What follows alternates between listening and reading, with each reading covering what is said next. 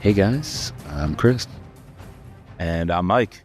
and welcome back to this week's No Limits Brad Thor podcast, Scot Harvath podcast. How you doing today, Mike? Hey, I'm good. We almost went with the Brad Thor podcast. That was an option. It was on the table. It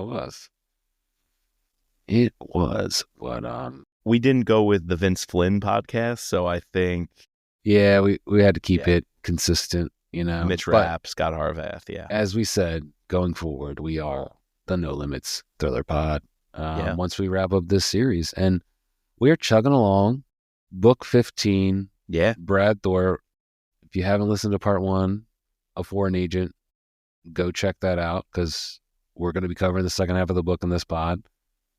But I don't think we actually told the people. We told the patrons, but I don't think the general audience got the news that once we wrap up the Scot Harvath podcast, which we hope to do in the next few months, very early 2025, with just a couple of books to go, we are considering calling that series a wrap, the Mitch Rapp series a wrap, and coming out exclusively on our Thriller podcast feed, because we've been covering so many books there. We've done all the Jack Carr, couple of Mark Graney's. We've just been covering a load of different series. We want to bring new releases to that podcast, and every time we don't cover the newest release of Brad Thor or Vince Flynn, now Don Bentley, it's kind of like a missed opportunity there for people who are expecting new releases. So we love coming back to the old podcasts, the Mitch Rapp pod and here the Scot Harvath pod.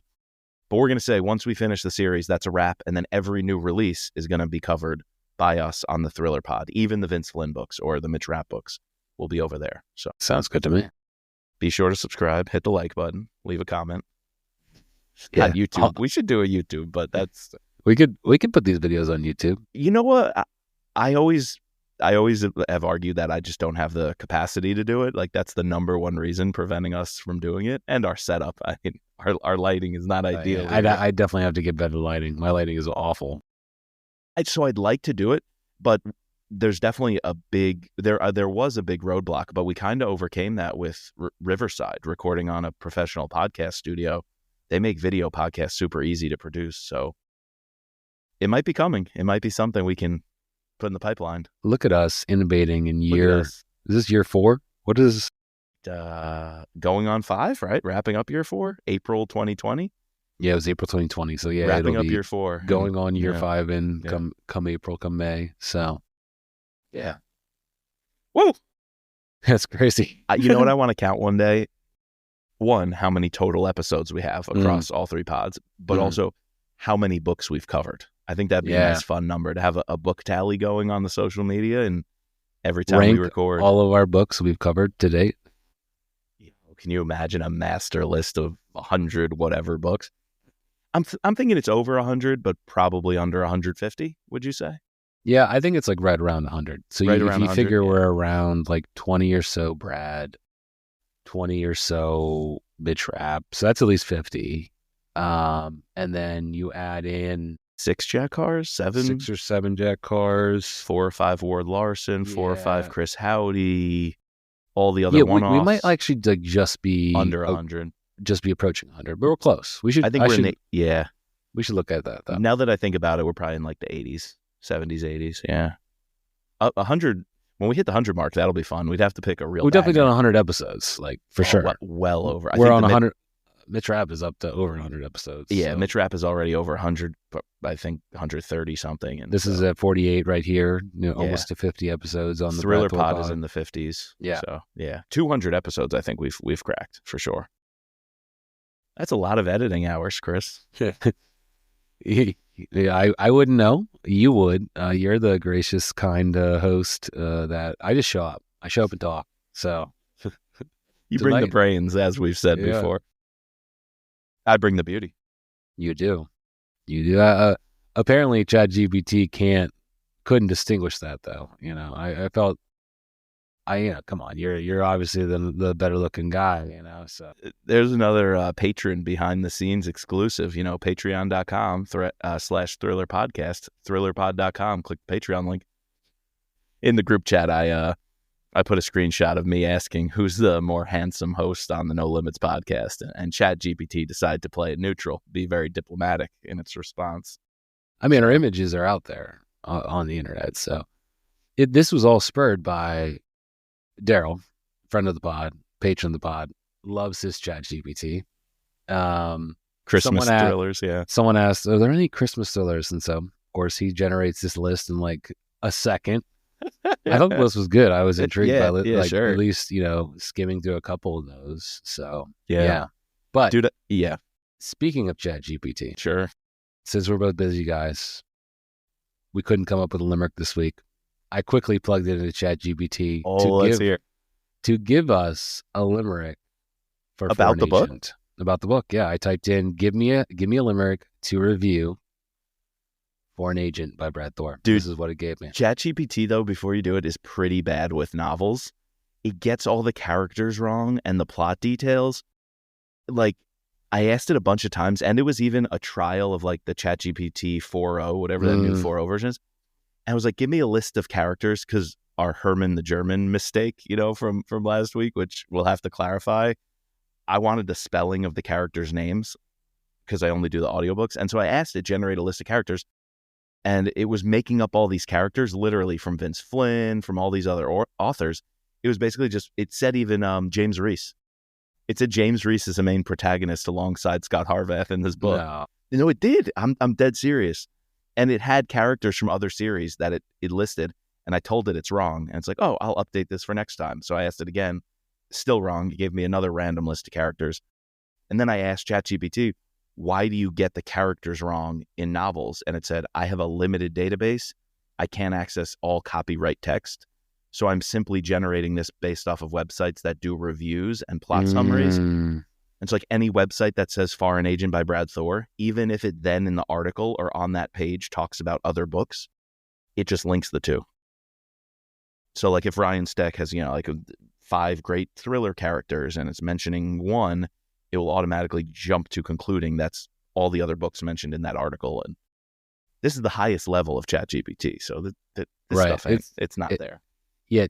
So we're going to this ChatGPT thing. Today I had to generate this image. I was trying to generate this image for hosting a retirement party at work. And I was like, give me this guy's name, how many years. And it kept on misspelling everything on this image. And I would tell it hey, you misspelled retirement. And then it would just give, I just gave up. And this stuff, it's not cracked up what it's, I found a different thing. I was able to generate it in 5 seconds. So, yeah. All right. Anyways, let's see. Limerick. What limerick it gave me. First of all, I'm going to preface very mundane. Okay. A spy in a land far away faced dangers by night and by day. With intrigue and grit, he wouldn't submit and kept all the villains at bay. I mean, it's a good limerick that literally can be used for... It's generic, yeah. Any thriller novel. Yeah. Any thriller novel with a spy. It's cute, but generic. Exactly. Yeah. It ain't there yet. And I think it would be cool. Can you imagine if there was a thriller AI where it does have all the copyrighted text? The rap AI, it has all the text. You can give it the actual copyrighted text and let it do whatever it wanted, That would be cool if a publishing house were to sign away those rights in whatever multi-billion-dollar contract it would be, but to then train a language learning model that can basically get all that stuff right. That's cool. That'd be interesting. All right. Foreign Agent. Let's go beyond ChatGPT. Let's go beyond the surface. Let's talk about what's going on here. And I don't know, I'm coming in, maybe I'm just in a bad mood, but working late, just, we have a holiday party tomorrow. I'm just excited about that. Really just need to get to the weekend. I don't know. I didn't love the second half of this book. I felt that I had a lot of expectations. Now I will say, again, let me preface everything. Yeah. The writing, very good. Sure. Action scenes, very good. Great. The plot setup, the idea behind all of this, what we covered in part 1, very good.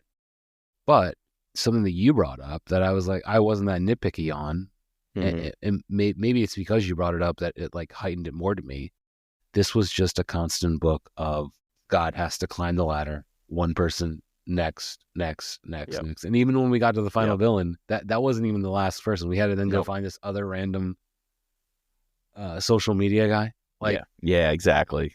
Because he found that building. Exactly. And maybe I'm just disappointed.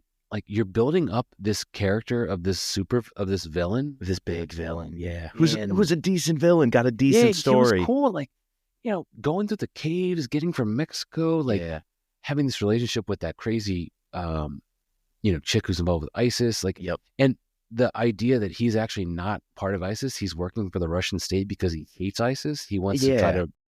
The only reason he's doing this is to bring America in, to draw them in, right? To draw them in to like get rid of his, the people that he hates because of that traumatic event that happened, which killed his parents. Well, then I think what's kind of cool is that will assist Russia in that, one, they can fill the void in a place like Syria, but two, you can quell the support that all the breakaway regions are getting, like your Chechnyas and Dagestans and Abkhazias and like different groups that are basically being infiltrated by Muslim fundamentalists who are against the Russian state and the Russian Empire. Like, if you defeat ISIS, you cut off a network for those Russian breakaway territories who are mostly Islamic. And I think that's kind of an interesting thing. When we hear Russia, it's always, an oligarch like Putin, and it's not necessarily thinking the fringes and these breakaway regions. And I think to have a villain that's maneuvering to keep those under control for the Russian state and using Islamic fundamentalism as a tool and America's war on terrorism to support Russia in that way is just a little different. That's kind of cool. Yeah, all that concept, very cool.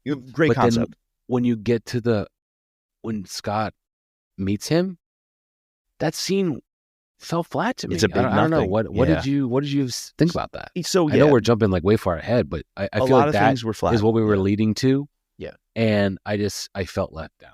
Yeah, but I almost got to the point, and let's just back up. This is wash, rinse, and repeat for Scott Harvath. Like, I'm unfortunately kind of tired in that the series is giving me the same exact formula over and over and over at this point.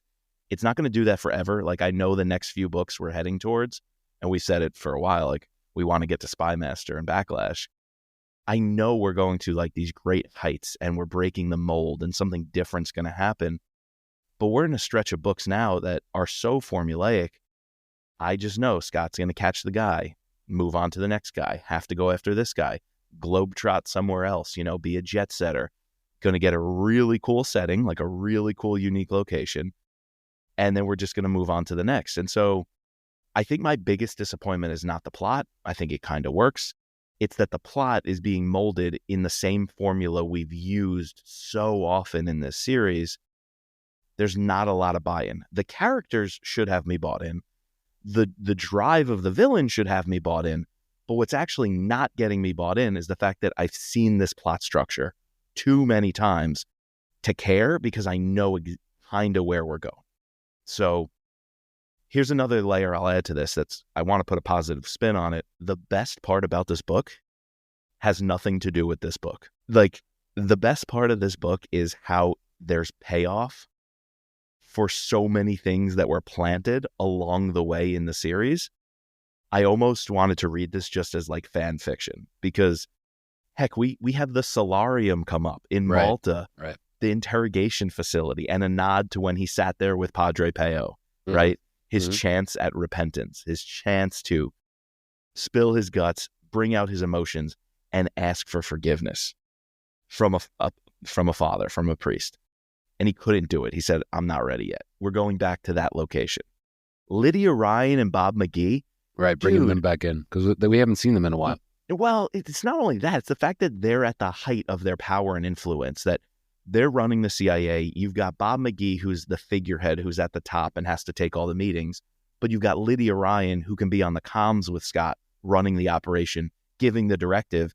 And you have McGee giving the A-OK to do it, and who can get the president to okay anything he needs.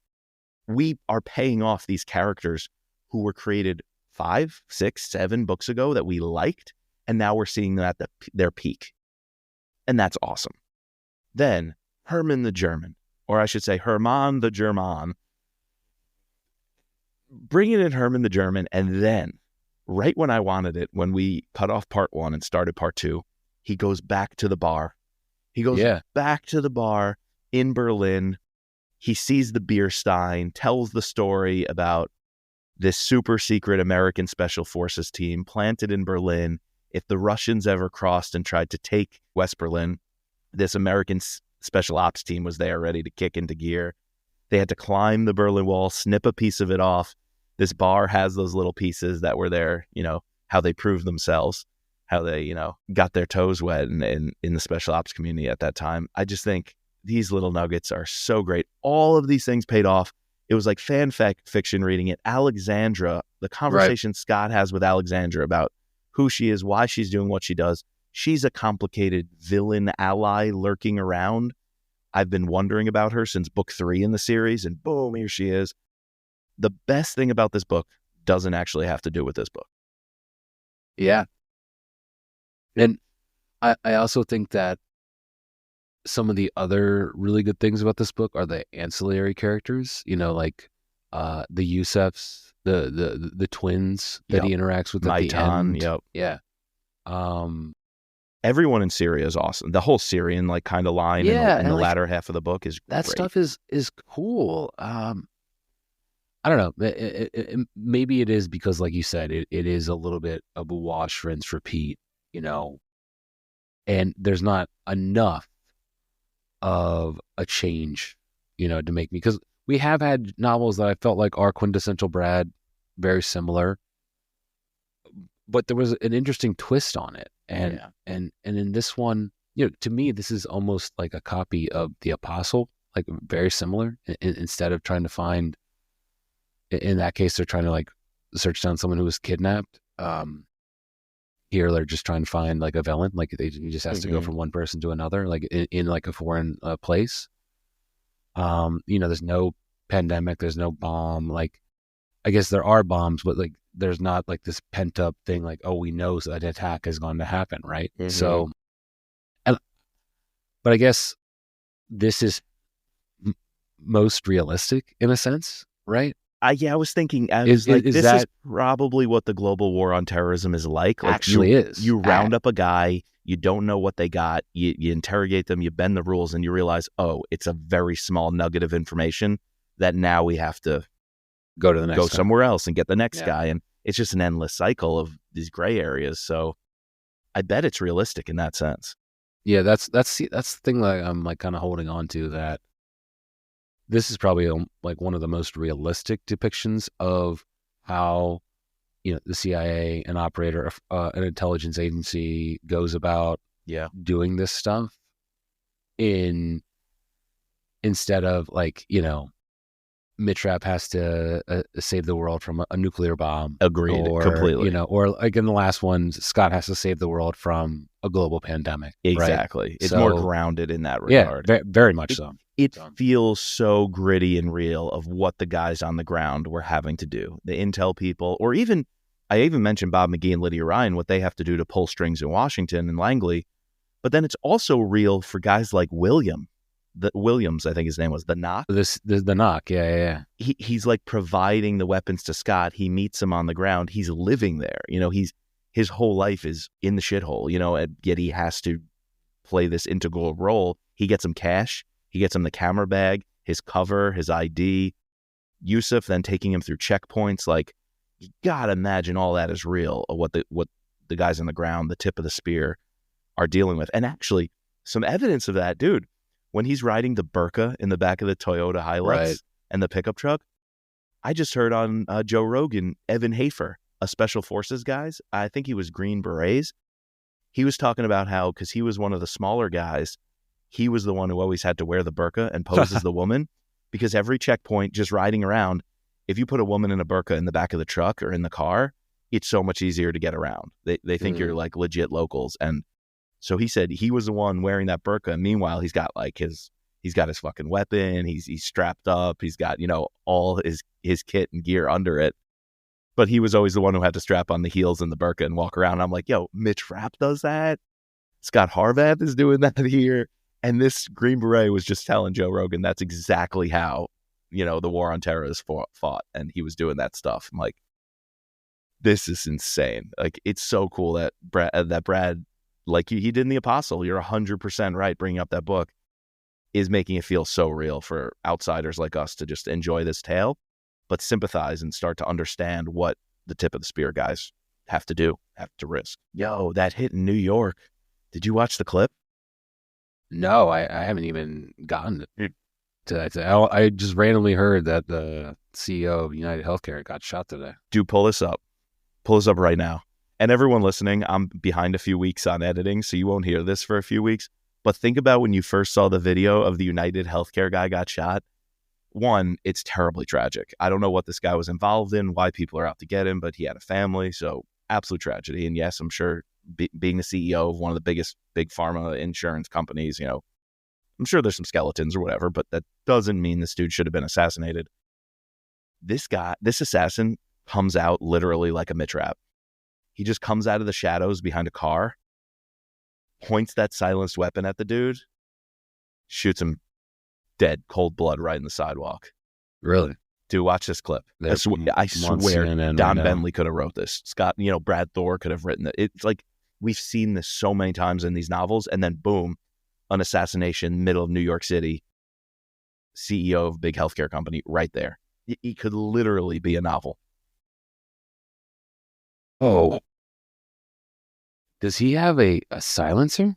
Dude, it's silenced in the middle of New York City. I'm sure there's weapons people out there breaking down what it is and what type. Apparently it malfunctions, or some people are saying it's like a type of ammo to be even more silent, where you have to manually reset it and reload it. Or some people are saying it might have malfunctioned. But look at him, cold-blooded, follow the guy, ignore the woman freaking out right there, this witness, just follow the dude, shoot him again, fix the weapon, and then take off, just cross the street and go. He's like locked in. Dude, that's intense. Dude, that's a hit, man. God. That's a hit. That's a hit, man. Can you believe, isn't that a thriller novel? Yeah, for sure. That's not your average, like, who's the guy who tried to take out Ronald Reagan? Well, yeah, the one obsessed with that actress. Yeah. Jodie Foster. Yeah. Oh, Sirhan? Oh, no, he shot RFK. That's who it was. John Hinckley, yeah. And he was, yeah, exactly. Yeah, he just walks it. Dude, I saw that, and obviously it was disturbing and sad, but I was like, this is a thriller novel. I would picture this scene in James Reese. Scott, obviously, I think they'd make a cleaner hit and probably wouldn't make as many mistakes because this guy was caught on a Starbucks security camera. Not his full face, but his eyes, because he was wearing a mask and a hood. James Reese, Scott Harvath, Mitch Rapp wouldn't make that many mistakes, but still intense. It's intense. Sorry for the side note. That was wild when I saw. It's so strange. The first thing I thought was, which author wrote this? Yet it was real. Shit's happening, man. Dude. So anyway, Brad Thor gets a lot of this right. Yeah. No, he definitely does. Dude, one missed opportunity though. Yeah, well, you said you had one big revelation you wanted to share with. Well, I think at the end of part one, I was saying there's one big thing I hope happens, and it didn't. You hinted that he goes back to the bar in Berlin. I really wanted him to say, "Who the fuck is Alice?" I wanted it so badly. That would have been funny if that was their like bona fides, like between the CIA person.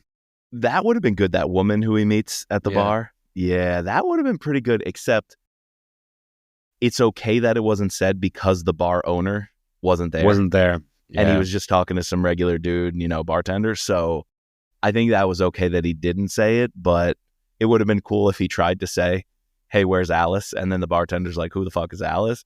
And the bartender didn't actually know the code, was just asking who the fuck is Alice, but he didn't know the song.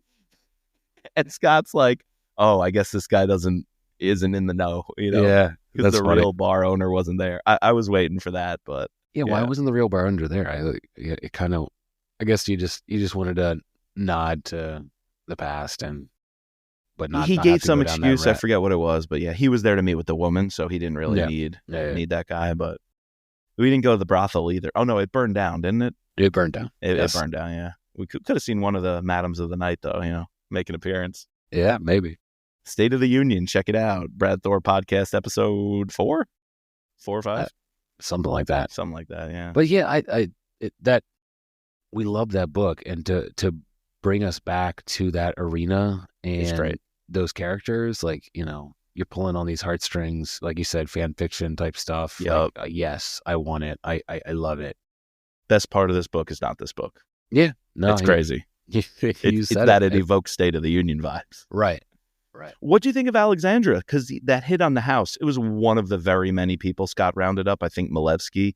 Mm-hmm. What do you think when he encountered the nanny? Alexandra was serving as the nanny, and she was secretly spying on this guy. I thought that was a cool face-to-face. Yeah, no, that was. And I think, then using that during the interrogation, right, to make it seem like he had someone on the inside, but in fact it was her, sending the pictures and that kind of stuff, or the details about, their pets and stuff. So exactly. Yeah, no, great to bring back that character. Again, just wets the whistle enough. She doesn't really play that big of a part. Although at the very end, I think we get like one paragraph about he needs to, whether it's Lawler or the old man thinks there's something else there. So like, I guess leaving some threads for the future. But I like that. I love that. Yeah. It doesn't have to be closed every book. Yeah. And what did you think about the ending? He goes to Boston, gets an apartment. Yeah. So I liked it. It's just part of this formula has been the girl is mentioned early on. Then we don't see her at all. He, during the operation, thinks about her once or twice and reflects on it, but she doesn't play an integral part of the story. And then at the end, just doesn't hit as hard if their relationship was not present on page. I know it's in the background. And so I was bought in that Scott is torn over them not living together and them possibly having to separate. Like, I get that. We didn't have enough of it on page with those characters dialoguing, talking to one another. And then she just pops up at the end. They get to be happy together, living in Boston, getting the apartment. Like, great. I know that happens. I know she's going to play an integral role in the next few books. So it's okay. But it's just like, it leaves you wanting. Yeah, no, for sure. Again, wash, rinse, repeat in that kind of sense. So anything else you want to say about the book before we get into the scorecard? I think that's it. I mean, we didn't go too deep into the nuts and bolts of the plot, but I also don't think we need to. Yeah, I mean, I was kind of thinking about that. I was like, I think there are some action scenes and some various things I want to pull out when we go through the scorecard, but I think we can just do that, while we're giving the numbers. So. Yeah, I think we can. I think that's great. Action. I'm going to go high. I'm going to go with a 9. I felt like every time there was action, I enjoyed it. Even in the sense of, like, we've kind of reclassified this category to action suspense, throwing in some of the scenes with Basayev, from like the villain perspective, like with the bombing, with the assassination on the Secretary of Defense, even at the very beginning, the action scene with the takedown at the CIA safe house. Sure, that was great. And then once we get Scott involved, right? So anytime he's interacting, taking out one of these guys, the hit on the one house in, I guess they're in Germany, when he takes the guy, and then when they have to take the guy in Syria, that was intense. And then, of course, you have to have a desert scene with a Reaper, at the end, and he jumps out of the truck just in time. That was wild.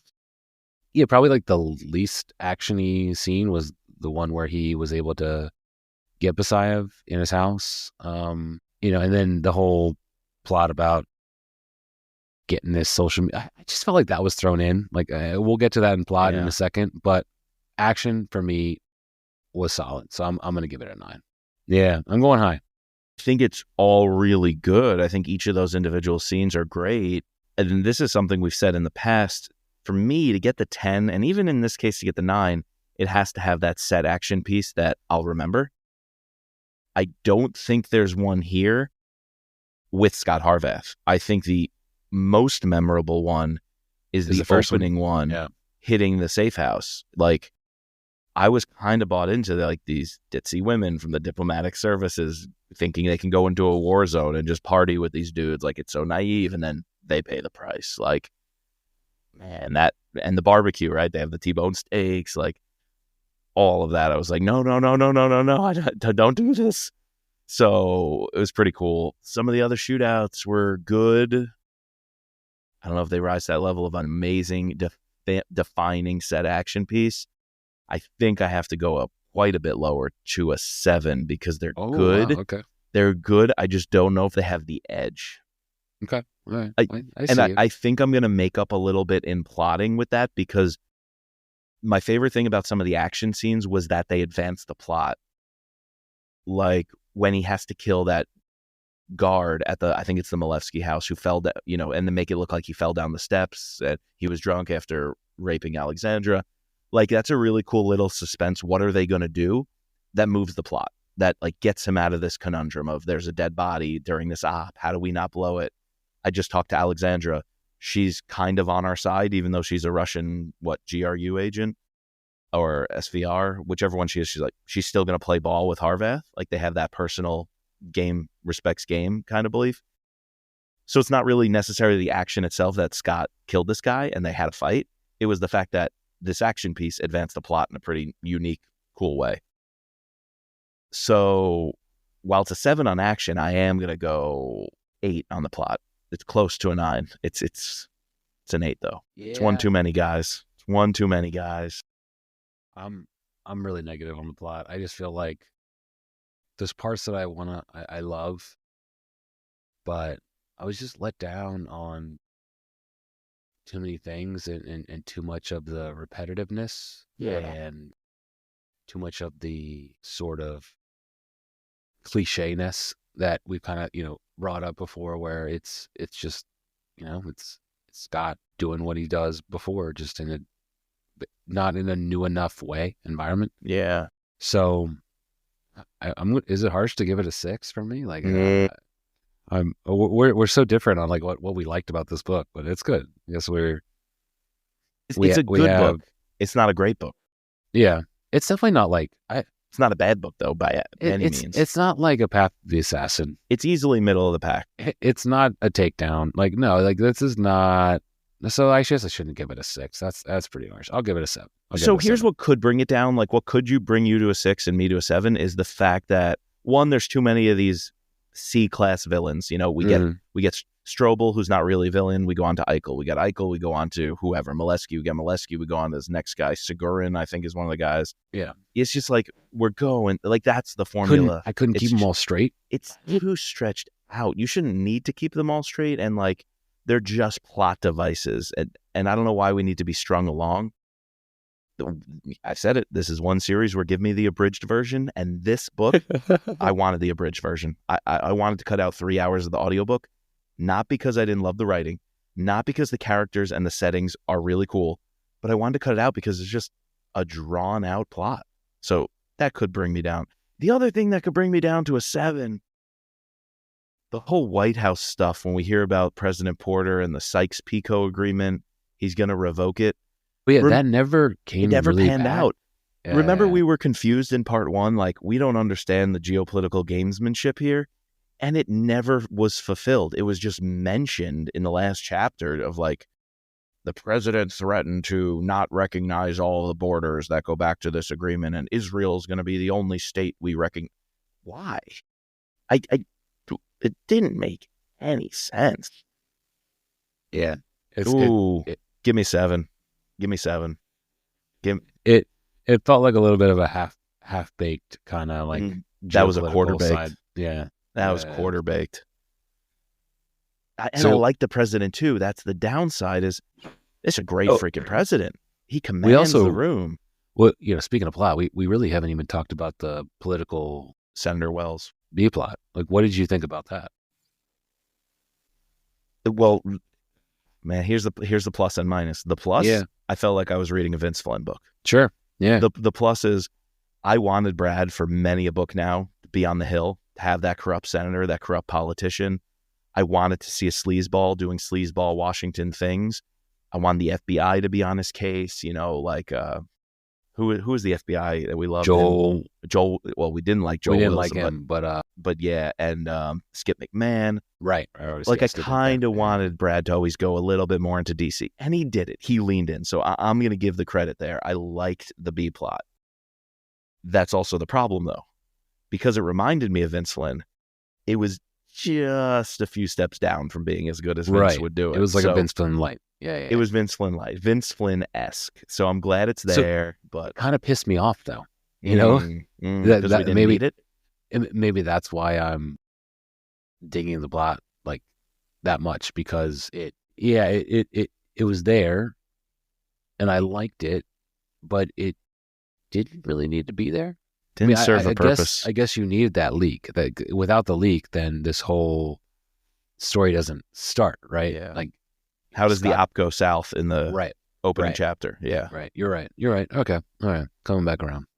But no, that connection wasn't strong enough. It's not enough to bring it lower than a 7, but it's good enough to bring me down from my 8.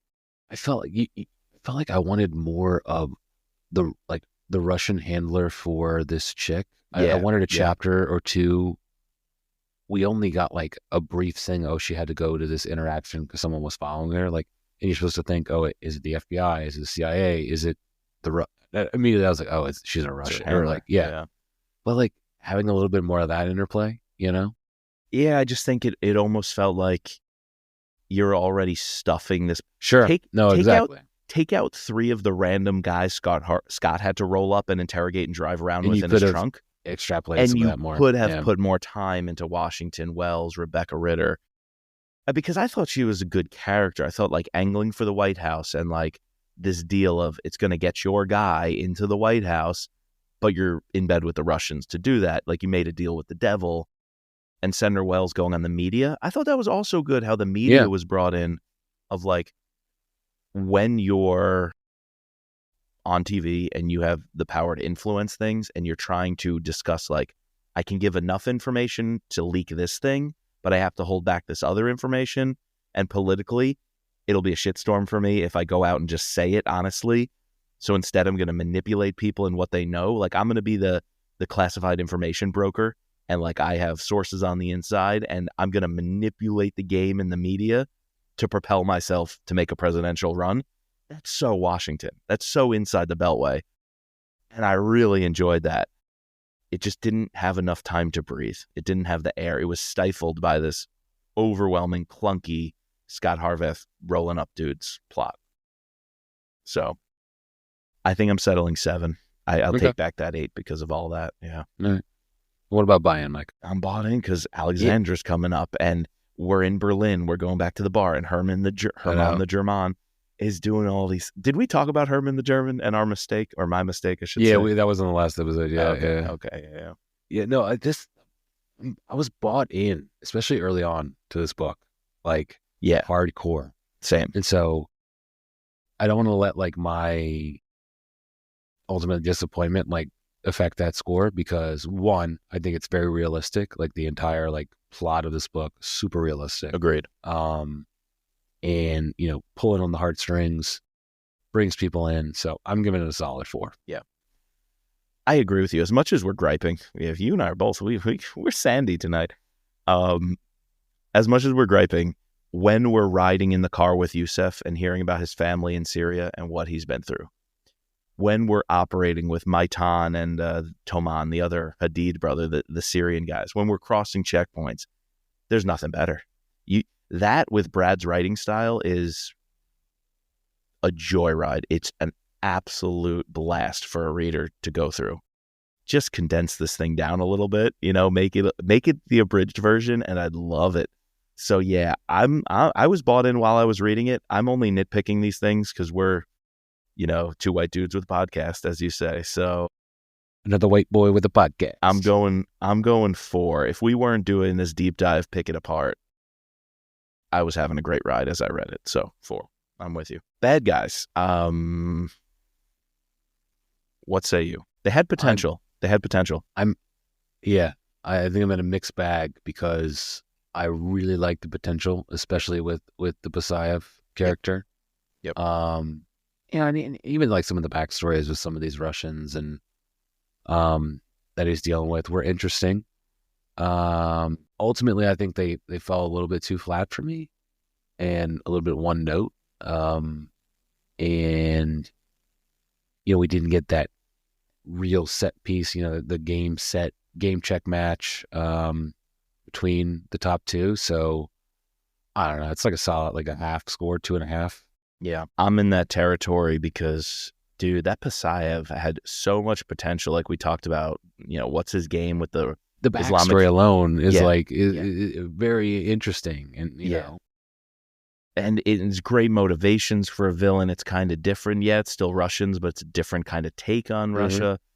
It's embedded in Syria, right? 2016, this book came out. So like the Syrian conflict and civil war, full swing, Obama drawing his line in the sand, then doing nothing when it's crossed. I thought the whole Syrian civil war was a great backdrop and place to take this.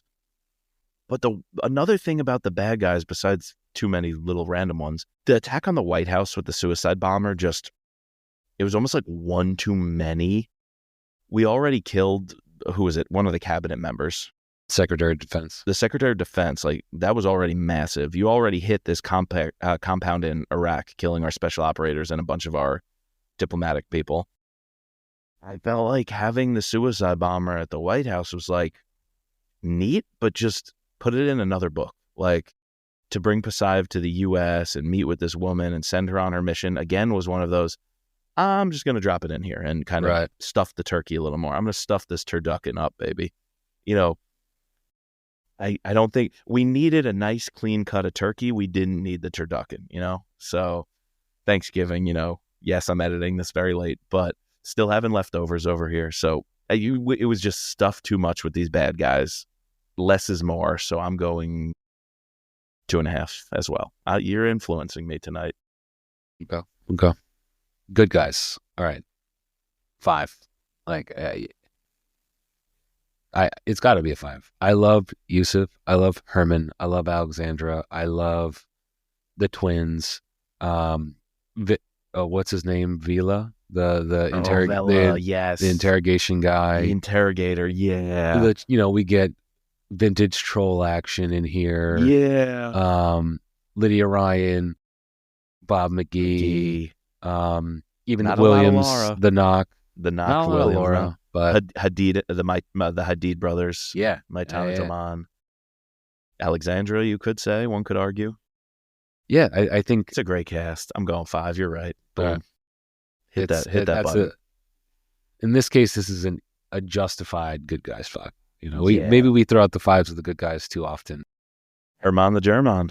Yeah, Herman the German deserves that 5. All right, setting. Traveling heavy in this book, man. Traveling heavy. We haven't traveled that heavy recently. No, we haven't. I think this one is hearkening back to some early oldies, right? Yeah. So let's just go through it really quick. We start in the border of Iraq, right? That's where Iraq and Jordan. Mm-hmm. I want to say the girls come over from Jordan, I think. Yeah. And then Scott is, where is he first? Are they in, is he leaving Boston? Oh, no, remember he has that weird hit because he's like on a cruise, right? The cruise, he's on the cruise with Lara. He comes back, boards the cruise, right? But where did he make that hit before Austria. He's running SDRs, right? And then he's trying to escape the scene because he wanted it to be very bloody. Part of the job was you got to leave a mess and splatter the blood. And then I think he's on like a Viking River cruise with Lara. Yeah, that's definitely shows Scott's getting up there in age if they're doing the Viking River cruise, because my understanding is the average age on those things is like walker or wheelchair, And Scott and Lara are on one of these European river cruises. Yeah. Then he goes to Turkey. Then he goes back to the United States. Then he has to go to Germany. Then we're in a couple different German cities. Then he goes to Malta, and then he goes to Syria, and then ultimately back to the border, right? So a lot of different places. Yeah.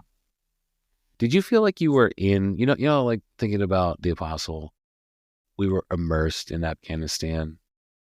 Did you feel like we were immersed in Syria? Did for a little bit. I did. And Yeah. I think it was the border crossings that did it for me with Yusef. Like, Yusef, I think it was more so the people. Than the description of the physical setting for me. I agree. That sold me on it. Some of the safe houses, people though, are the setting. So, yeah, I agree. And then when they were canvassing the final house and they see the neighborhoods and there's like a street chase and they see the social media hideout where the social media kid is doing the ISIS programming. All of that made me feel like we're on the dusty streets of like a Middle Eastern city. But it was more, you're right, the people, the relationships and their hardships and their stories that brought me into the setting. So I'll agree. It wasn't like a physical setting. It was a character-based setting. Does do a good description of Damascus when we go there. Yeah. We're all around Syria, right? We're in Damascus. Mm-hmm. We're in like the outer boroughs. So yeah, I think it was good because I was getting glimpses of like a Damascus station on the streets of Syria, like glimpses of some of the same storylines of people's lives and some of the same kinds of neighborhoods. And even Duma is mentioned, the neighborhood that the main characters live in McCloskey's Damascus station. So naming some of these towns, and for me, it was also the checkpoints felt very real. So, and the Toyota Hiluxes. As soon as you say that, my mind is automatically thinking like terrorists riding around in dusty desert, settings. All right. So what do you want to give setting? Like, I think I can make up some ground here with a 4. I think I'm comfortable with that. Yeah, that's a solid score. It's good. It's back to traveling heavy. I'm okay with that here. You want to do free space or the cover? Let's get the free space out of the way. A little something positive here. I mean, it's kind of teed up. There's a couple clear ones. So, Chris, let me let you go first. Let me have you play ball. No, I was going to let you go first. It's the callback. It's Herman the German. It's the bar. It's Lydia Ryan. It's Bob McGee. It's Alexandra.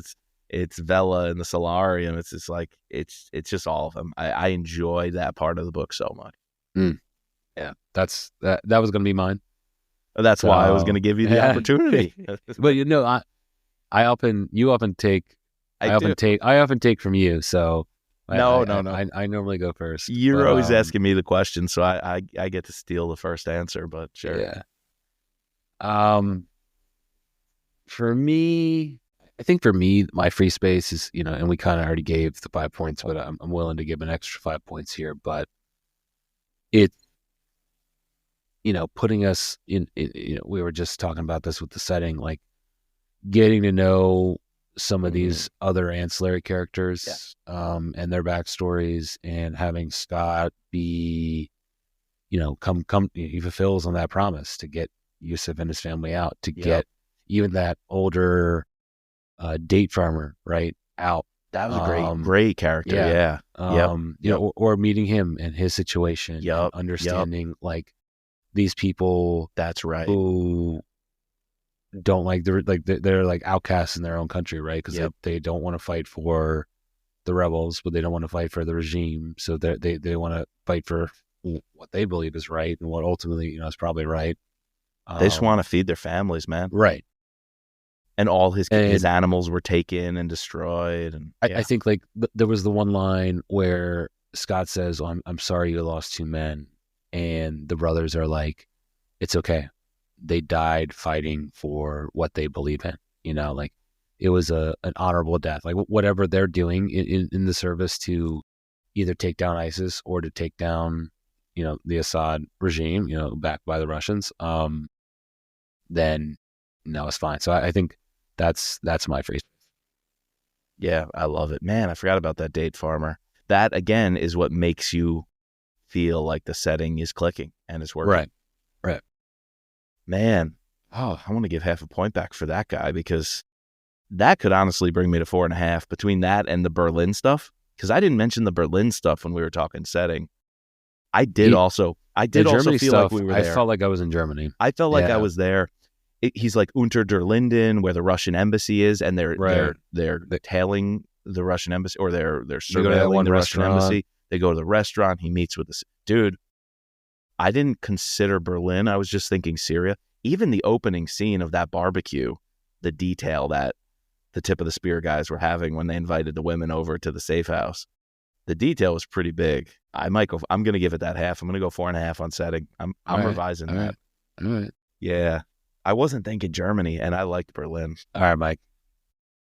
Everybody's favorite part of the podcast. Cover time. The reason you all listen to us. Cover time.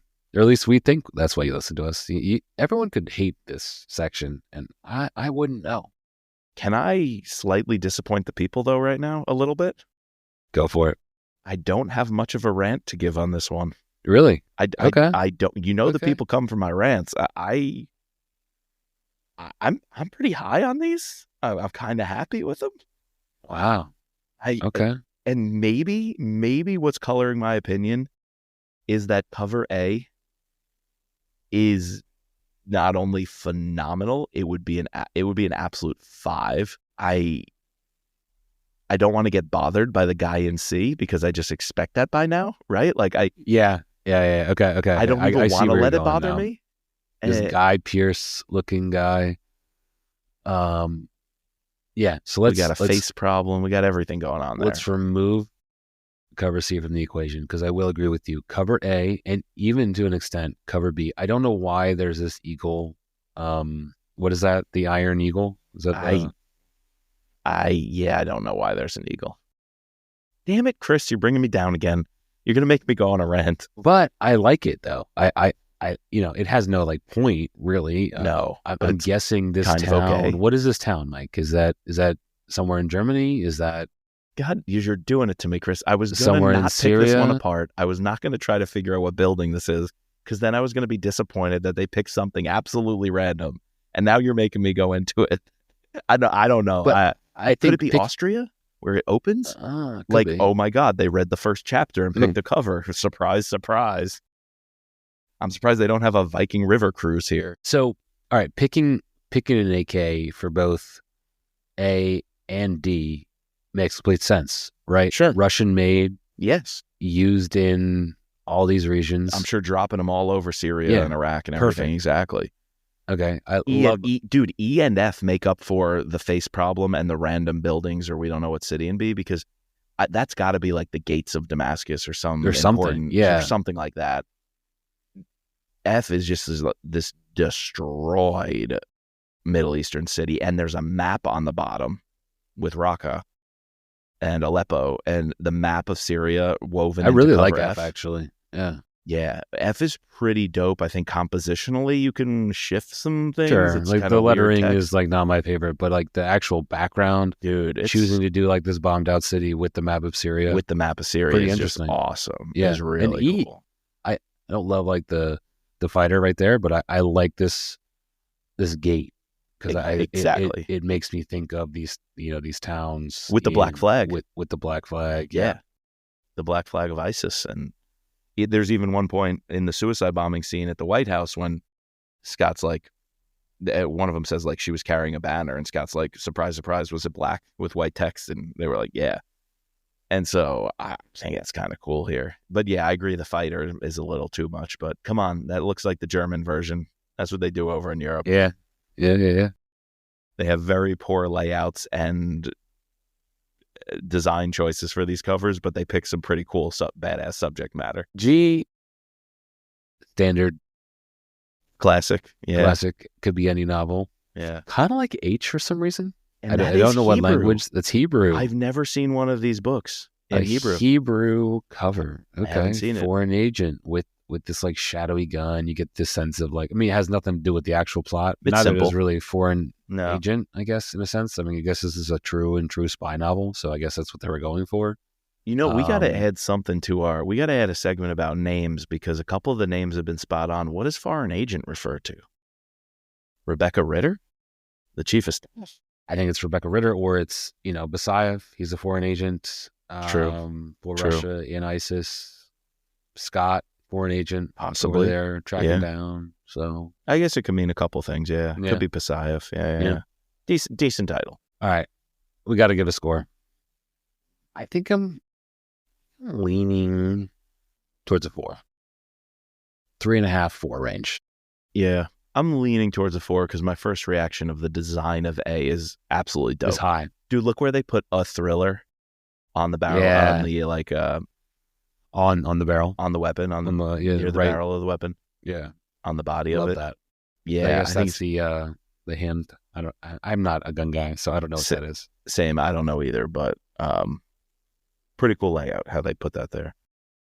The color scheme of A, now that I think about it, could have been a little more brown for sandy, like the desert. It's kind of almost metallic gray, which I don't know if that really works for this book. But at least the grays and the red of the gun, they will play off each other very, very well, I feel. And that kind of camo on the gun, I think it's a great design in A. So I'm going for. And none of the international covers truly, truly bomb it, except for C, of course. But cover C doesn't count right now. We're ignoring it. I'm ignoring it. It's called the handguard. The handguard. Okay, there we go. Yeah. Or the barrel, right behind the barrel jacket. 4. I'll give you the 4. All right. Yeah. So what are our totals? You got to imagine this is going to be what? Low 40s, maybe upper, like right at a 40 mark. I got to imagine that's where we ended up. I think so. Yeah. What do you get? I'm at a 40.5. So I'm a little lower than 39. Yeah. 39. I think if you asked me, it would have been right there. Yeah. That makes sense to me. Yeah. So I would have said it's tough for this book to crack above a 40, 41. It's not really going to be your 42, 43 territory. And but for me, it's probably ranking action too high that it got above a 40. So you got me with that high action score, but the argument could be made. And we didn't go as deep into the scene by scene as we sometimes do. And so we may have missed in our discussion some of those really cool little quick action pieces. Like none were that big set action, but there were probably some cool little action details that we just didn't get to cover because too much was happening. But yeah, this book they're had in a there. lot. They're this in book there. Had a lot. It had a lot, and there are some gems in there when you're reading it. They're in there. And we're going on an hour here. So and they're in there. The gems are in there. So it's worth reading. It's middle of the pack for me. Yeah, would definitely recommend this book to anybody. Sure. Know, definitely not a skipper. So absolutely. All right. So next time on this pod, we'll be covering the next Brad Thor book. I got to look up the order. Use of Force, I want to say. You are right. Do we have Use of Force, then Spy Master? Spy Master. And that'll come in January. Yes. Okay, and then Backlash. And Backlash is our last one? No, Near Dark and Black Ice. So Near Dark and Black Ice, we have 5 more. Forgot those 5 two, more. Yeah. Yep, couple of good ones. But also, over on the Thriller podcast, we're going to be covering Jack Carr's new nonfiction book, Targeted Beirut. Yeah. So we're going to definitely get that out this month, along with this pod, finishing up, and hopefully at least the first part of Use of Force. So cranking out content for you during the holidays. Something for you to listen to while you're making those cookies, making those mashed potatoes, marinating your meat, whatever. If I could catch up on editing, or else y'all are going to have this in January, February. We're talking about Thanksgiving and Christmas. Yeah, hopefully you can get this out soon, Mike, but if not, I'll see if ChatGPT can help me. All right, well, we need to thank our patrons, our Deputy Director, Sherry F., our Special Operator, Jason C., our Special Agents, Ben, Daryl, Kevin, George, Matt, Dawn, Peggy, and Mark, and Chris. I don't know why it's written like that. Sorry. Please subscribe, rate, and review to all 3 seasons of No Limits. Find us on Twitter and Instagram at ThrillerPodcast. And as always, just let Herman be Herman. Let Herman be Let Herman. Herman be Herman.